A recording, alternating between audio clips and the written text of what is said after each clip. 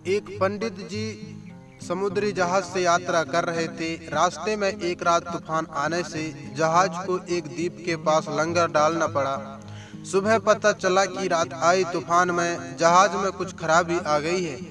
जहाज को 1-2 दिन वहीं रोककर उसकी मरम्मत करनी पड़ेगी। पंडित जी ने सोचा क्यों न एक छोटी बोट से द्वीप पर चलकर घूमा जाए।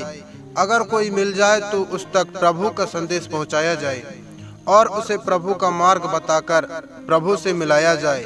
तो वह जहाज के कैप्टन से इजाजत लेकर एक छोटी बोट से द्वीप पर गए। वहां इधर उधर घूमते हुए 3 द्वीपवासियों से मिले जो वर्षों से उस सोने द्वीप पर रहते थे। पंडित जी उनके पास जाकर बातचीत करने लगे। उन्होंने उनसे ईश्वर और उनकी आराधना पर चर्चा की। उन्होंने उनसे पूछा, क्या आप ईश्वर को मानते हैं? वे सब बोले हाँ। फिर उन्होंने पूछा, आप ईश्वर की आराधना कैसे करते हैं?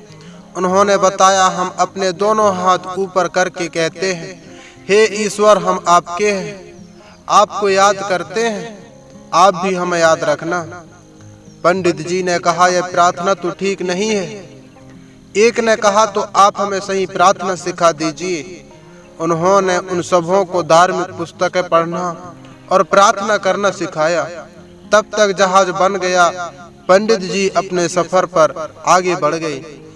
3 दिन बाद पंडित जी ने जहाज के डेक पर टहलते हुए देखा, वह तीनों द्वीपवासी जहाज के पीछे पीछे पानी पर दौड़ते हुए आ रहे हैं। उन्होंने हैरान होकर जहाज रुकवाया और उन्हें ऊपर चढ़वाया। फिर उनसे इस तरह आने का कारण पूछा। वे बोले, आपने हमें जो प्रार्थना सिखाई थी हम उसे अगले दिन ही भूल गए, इसीलिए आपके पास उसे दोबारा सीखने आए हैं। हमारी मदद कीजिए। उन्होंने कहा, ठीक है, पर यह तो बताओ तुम लोग पानी पर कैसे दौड़ सके? उसने कहा, हम आपके पास जल्दी पहुंचना चाहते थे, सो हमने ईश्वर से विनती करके मदद मांगी और कहा, हे ईश्वर, दौड़ तो हम लेंगे, बस आप हमें गिरने मत देना। और बस दौड़ पड़े। अब पंडित जी सोच में पड़ गए। उन्होंने कहा, आप लोग और ईश्वर पर आपका विश्वास धन्य है। आपको अन्य किसी प्रार्थना की आवश्यकता नहीं है। आप पहले की तरह प्रार्थना करते रहें।